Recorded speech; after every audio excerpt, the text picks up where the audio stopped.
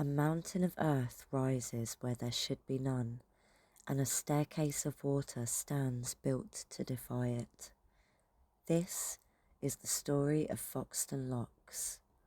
More than just a picturesque landmark, it's a testament to incredible human ingenuity and a chilling reminder of the brutal cost of progress.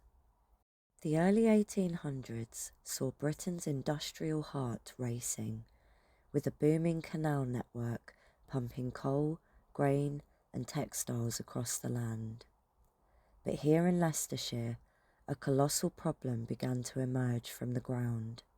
A brutal 75-foot hill slicing the Grand Union Canal in two.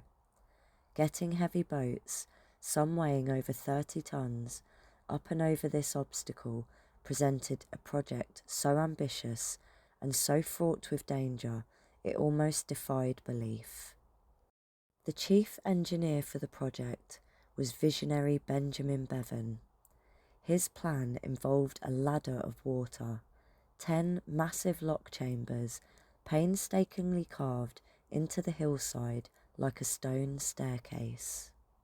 Construction would begin in 1810 and it would be carried out entirely by hand. Consider the sheer human effort poured into this feat. Hundreds of navvies, canal labourers, all lived in makeshift camps on this slope. They were tough men, often desperate for work, who dug rock and clay with nothing but muscle and willpower. Accidents were common and disease was constant. Yet in just 4 years, by 1814, the impossible had been achieved. Foxton Locks stood complete, 10 locks arranged in 2 tight staircases of 5.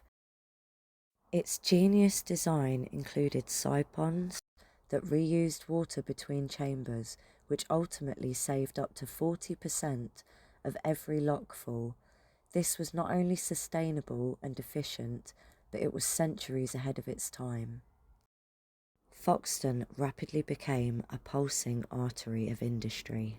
With coal from the Midlands and wheat from the east, every imaginable good passed through these waters.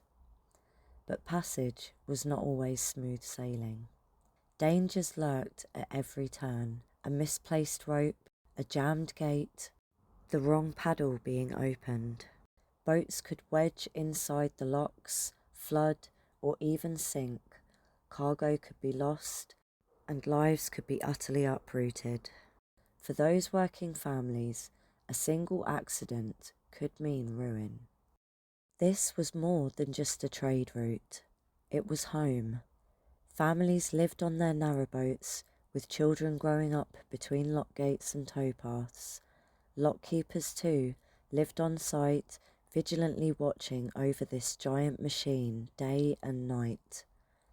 By 1908, trade was booming, so Foxton adapted. The locks were upgraded for night use, a bold move to handle the growing traffic. But even then, the progress demanded more. So engineers attempted to outdo the locks entirely. On the very same hill as Foxton Locks sits the remains of a revolutionary experiment. The Foxton Incline plane was built in 1900. 2 giant water-filled tanks, known as caissons, would haul boats up and down a steep track in just 12 minutes.